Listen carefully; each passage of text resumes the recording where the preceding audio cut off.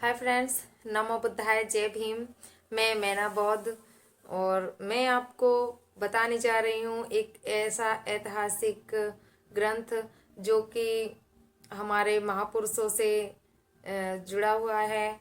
और मैं आपको इतिहास से जोड़ने की कोशिश करूँगी और आप भी इस वीडियो से जुड़कर समाज तक इस वीडियो को पहुँचाएं और समाज को जागरूक बनाएं इस वीडियो के माध्यम से। और मैं बताती हूँ आपको कि आज है हमारे महानायक सूर्य ज्योति राष्ट्रपिता ज्योतिराव फुले जी की पुण्यतिथि। तो आज उनकी पुण्यतिथि पर हम उन्हें सत सत नमन करते हैं, ऐसे महानायक महापुरुष को कि उन्होंने आज ही के दिन आज हमारे महानायक सूर्य ज्योति महात्मा ज्योतिराव फुले जी हमारे बीच से चले गए थे। तो हम उनकी पुण्यतिथि पर उन्हें बार बार और सत सत नमन करते हैं और हमारे बीच ऐसे महापुरुष आते रहे और हमारे समाज के लिए काम करते गए और चले गए। तो मैं आपको बता दे रही हूँ, मैं आपको बताती हूँ कि महात्मा ज्योतिराव फुले जी ने क्या क्या कार्य किए थे समाज के लिए। को एक बुक्स में महात्मा ज्योतिराव फुले जी का जीवनी है, महात्मा ज्योतिराव फुले जी की जीवनी है, उन्होंने क्या क्या कार्य किए थे। तो मैं आपको उसमें से देख के आपको पढ़ के सुनाऊंगी और आप वीडियो को लास्ट तक देखिएगा। इसमें बहुत ही बड़ा इतिहास छुपा है जो कि इसको कोई ओपन करके नहीं दिखाता, ना ही कोई इतिहास में बताता है, ना ही कोई स्कूलों में बताता है कि हमारे जो भी महापुरुष आए उन्होंने समाज के लिए क्या क्या कार्य किए, कोई नहीं बताता ये। तो मैं आपको इतिहास से जोड़ने की कोशिश करूँगी और आप इस वीडियो को एंड तक देखिएगा और समझिएगा। तो मैं आपको बता देती हूँ कि राष्ट्रपिता ज्योतिबा फुले का जन्म 11 अप्रैल 1827 को महाराष्ट्र के सतारा जिले में शूद्र वर्ण की माली जाति में हुआ था, जिन्होंने मनुस्मृति के विधान के हिसाब से न शिक्षा प्राप्त करने की आज़ादी थी और न ही अपनी मर्जी का पेशा चुनने की। लेकिन वक्त बदल चुका था।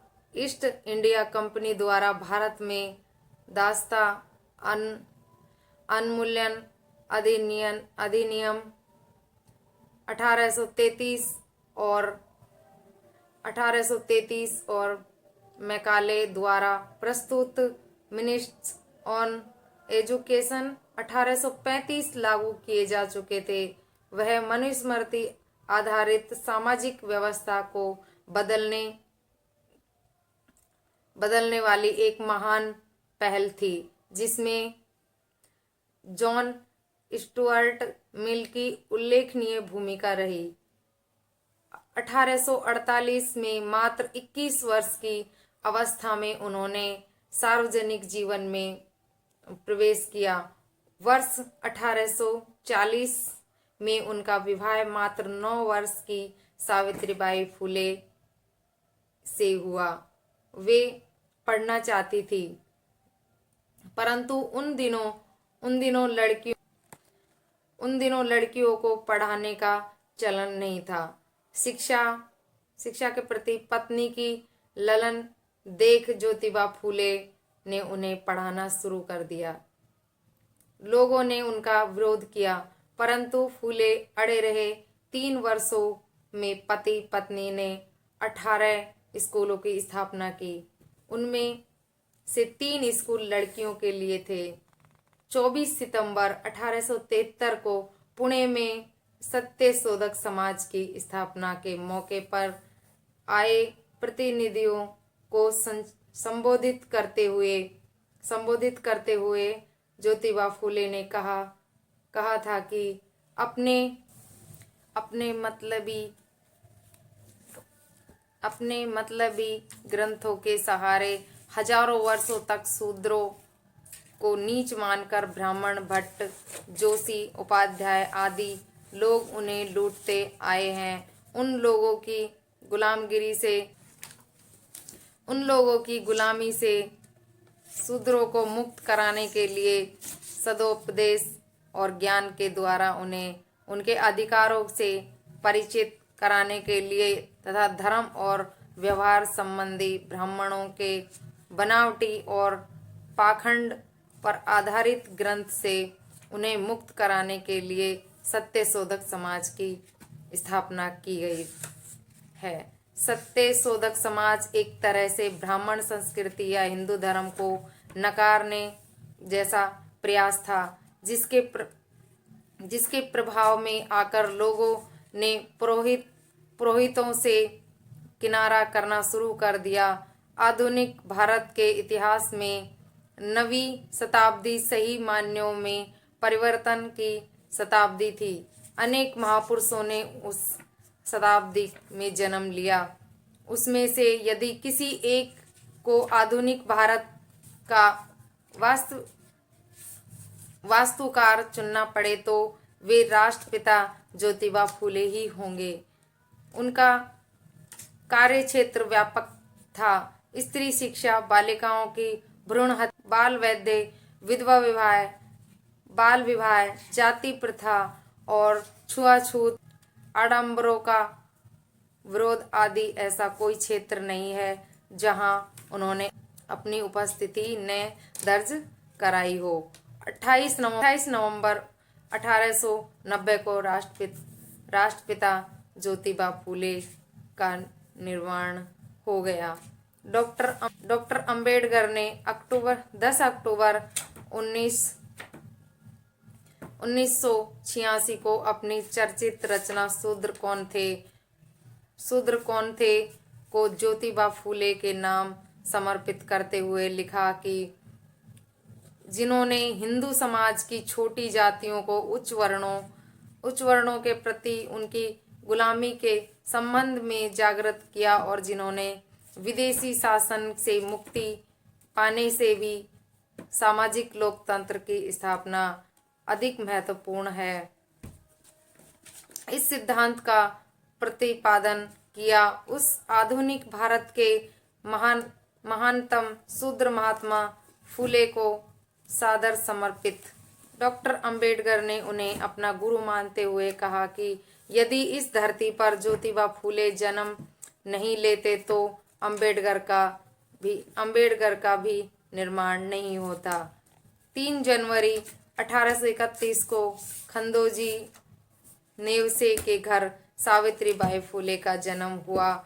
1840 में 9 वर्ष की उम्र में सावित्रीबाई फूले का विवाह ज्योतिबा फूले के साथ हो गया था। उनका जीवन साथी एक आदर्श पुरुष था जो महिलाओं की शिक्षा का समर्थक था, जिसने सावित्री को स्वयं पढ़ाकर शिक्षिका बनाया। जब राष्ट्रपिता ज्योतिबा फूले को उनके रूढ़िवादी पिता ने घर से निकाल दिया था, तब उस्मान शेख ने ज्योतिबा फूले को रहने के लिए घर दिया और उनके शिक्षा कार्य को बढ़ाने के लिए अपनी बहन फातिमा शेख को सावित्रीबाई फूले की सहायता के लिए शिक्षिका बनाया। भारत की पहली शिक्षिका थी। 1848 से लेकर 1852 के बीच 1852 के बीच केवल 4 साल की अवधि में उन्होंने 18 स्कूल खोले थे। राष्ट्रपिता ज्योतिबा फूले और सावित्रीबाई फूले दुनिया इतिहास में अद्भुत पति पत्नी हुए हैं, जो दोनों की महान समाज सुधारक रहे हैं। 28 नवंबर 1890 को राष्ट्रपिता ज्योतिबा फूले की मृत्यु के बाद उनके अनुयायियों के साथ सावित्रीबाई फूले ने भी सत्यशोधक समाज को दूर दूर तक पहुंचाने अपने पति राष्ट्रपिता ज्योतिबा फूले के अधूरे कार्यों को पूरा करने व समाज सेवा का कार्य जारी रखा। सन 1897 में पुणे में भयंकर प्लेग फैला। प्लेग के रोगियों की सेवा करते हुए सावित्रीबाई फूले स्वयं भी प्लेग की चपेट में आ गई और 10 मार्च सन 1897 को उनका निधन हो गया। जिस समाज की भलाई के लिए सावित्रीबाई फूले ने पूरा जीवन लगा दिया, उसी रूढ़िवादी समाज ने बदले में उनका तिरस्कार किया, उपहास उड़ाया, उन पर कीचड़ गोबर तक फेंका गया। लेकिन सही मायने में समता, ममता एवं शिक्षा की समता देवी सावित्रीबाई फूले ने उनकी अज्ञानता पर दया करते हुए समाज सेवा का कार्य निरंतर जारी रखा। यदि हमें आंदोलन की दृष्टि से राष्ट्रपिता ज्योतिबा फूले के जीवन संघर्ष से प्रेरणा लेकर बहुजन मिशन को उसके लक्ष्य तक पहुंचाना है तो हमें क्रांति की 3 पूर्ण शर्तों पर ध्यान केंद्रित करना होगा। पहली है आत्मसम्मान को जगाकर विद्रोही बनना क्रांति की पहली शर्त है। अपने आत्मसम्मान को जगाकर विद्रोह खड़ा करना राष्ट्रपिता ज्योतिबा फूले अपने ब्राह्मण दोस्त की शादी में अपमानित करके इसलिए भगा दिए गए। निष्कर्ष पर पहुंचे कि मैं धर्म की चतुर्वर्णीय व्यवस्था में नीच शूद्र हूँ। इसी दौरान उनके सामने से अति शूद्र अछूत, जिनके गले में हांडी और कमर पे झाड़ू बंधा हुआ था, अपनी मस्ती में जा रहे थे। उन्हें देखकर ज्योतिबा फूले के दिमाग में दूसरा प्रश्न आया कि मुझे केवल बारात से निकाला, मैं इतने से अपमान से दुखी हो गया, लेकिन इन अछूतों को तो जमीन पर चलने और थूकने का भी अधिकार नहीं है। इन्हें इस घोर अपमान का एहसास क्यों नहीं हो रहा? अंत में वे इस निष्कर्ष पर पहुंचे कि मैं पढ़ा लिखा हूँ, इसलिए मान और अपमान के अंतर को समझता हूँ, लेकिन ये अछूत अनपढ़ होने की वजह से अपनी इस दुर्दशा को नियति समझकर स्वीकार कर चुके हैं। ज्योतिबा फूले यदि साधारण इंसान होते तो अछूतों के अपमान को देखकर आत्मसंतुष्ट हो गए होते। जैसा कि हिंदू धर्म सदैव क्रमानुसार हर जाति को नीचता का दर्जा देकर अपमानित करता है, लेकिन किसी भी व्यक्ति का आत्मसम्मान नहीं जागता कि नीच तो नीच ही होता है, चाहे वह 6 इंच नीच हो या 12 इंच। अपमान के इस एहसास ने ज्योतिबा फूले की आधुनिक भारत क्रांति सूर्य बना दिया। इस अपमान ने उन्हें ब्राह्मण संस्कृति के खिलाफ विद्रोही बना दिया। वे इस बात को समझ गए कि आत्मसम्मान की चाहत व्यक्ति को विद्रोही बनाती है, जो क्रांति की पहली पूर्व शर्त है। क्रांति की दूसरी पूर्व शर्त है दुश्मन और दोस्त की पहचान का होना। ज्योतिबा फूले ने समाज में एक स्पष्ट विभाजन रेखा खींच दी कि भट्टजी, लाटजी, सेठजी, शूद्र, अति शूद्र। उनका स्पष्ट मानना था कि ब्राह्मण क्षत्रिय वैश्य का गठजोड़ अपने को मालिक मानकर शुद्ध अति शूद्र को गुलाम समझता है। इसलिए मालिक और गुलाम के बीच में स्पष्ट विभाजन रेखा होनी चाहिए, अर्थात दुश्मन और दोस्त की स्पष्ट पहचान क्रांति की पूर्व दूसरी शर्त है। तीसरी शर्त है आत्मनिर्भर बनकर दुश्मन का बहिष्कार। क्रांति की तीसरी शर्त है आत्मनिर्भर बनकर दुश्मन का बहिष्कार करना। जब तक गुलाम समाज मालिक समाज पर निर्भर रहेगा वह उनके खिलाफ विद्रोह नहीं कर सकता।